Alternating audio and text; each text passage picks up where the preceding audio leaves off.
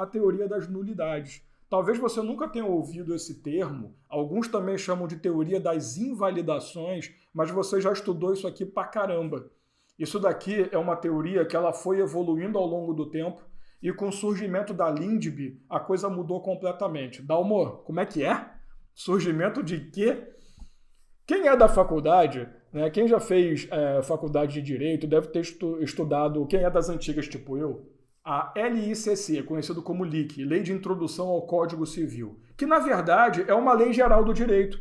Aí o cara falou assim, puta que pariu, lei de introdução do Código Civil, mas serve para qualquer coisa. Aí os caras mudaram, LINDB, Lei de Introdução às Normas do Direito Brasileiro. Olha que bonito.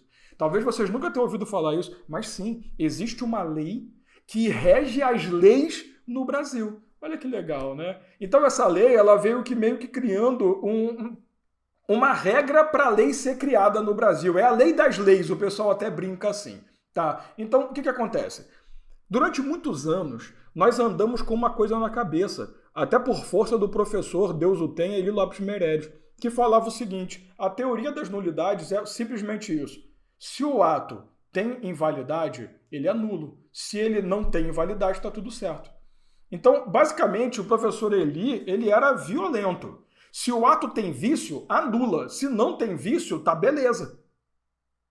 Só que essa teoria ela foi evoluindo. E a Lindbe, ela deu uma organizada nisso, principalmente a Lei 9784, com a chamada convalidação. Então, a partir do momento que ele veio dizer o seguinte, olha, eu convalido o ato administrativo se eu quiser, né? Você lembra o que é a convalidação? Às vezes o ato, mesmo viciado, ele pode ser corrigido, o vício, para o ato ser mantido. Essa teoria das nulidades, ela ficou relativizada, tá? E a coisa acabou ficando melhor. Aí, vamos lá. Olha a definição. É a declaração de invalidade de um ato administrativo ilegítimo ou ilegal, feita pela própria administração ou pelo Poder Judiciário. Então, toda vez que você tem... olha, cuidado, não é revogação. A revogação não entra aqui, porque revogação não fala de nulidade. Revogação é conveniência e oportunidade, é mérito. Essa teoria das nulidades é a teoria que explica, né, o princípio da autotutela. É a teoria que permite que você, a partir do momento que identifique um ato administrativo com alguma ilegalidade, com alguma ilicitude, você possa anular esse ato, seja pela própria administração, anulação interna, ou através de uma ação judicial. Tá? Então, a chamada teoria das nulidades, ela é essa ideia. Ela não é uma teoria grande coisa, dificilmente aparece em prova, mas eu queria que você guardasse isso no coração. No direito administrativo, nós não somos 8 ou 80. A gente tem que lembrar que, uma vez o ato viciado, ele pode ser anulado, porque também existe a possibilidade de convalidação. E para convalidar um ato, nunca se esqueçam, eu tenho 4 requisitos. Primeiro, o vício tem que ser sanável. Segundo, tem que ter interesse da administração. Terceiro, o vício tem que resultar de boa-fé do agente público. Ele não fez aquilo de sacanagem. E quarta e última coisa, não pode causar prejuízo a ninguém aquela convalidação.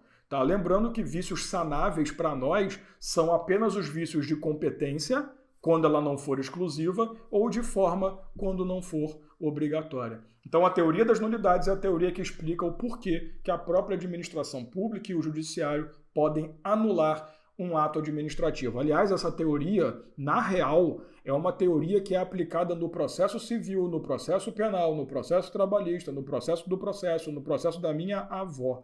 Então, todo mundo aplica esta teoria.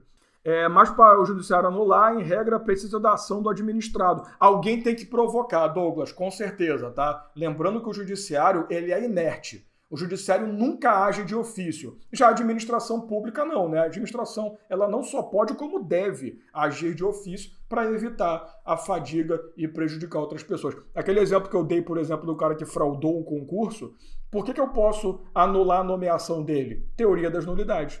Porque a nomeação resulta de um ilícito, de um ilegítimo direito. Então eu vou lá e anulo. Beleza?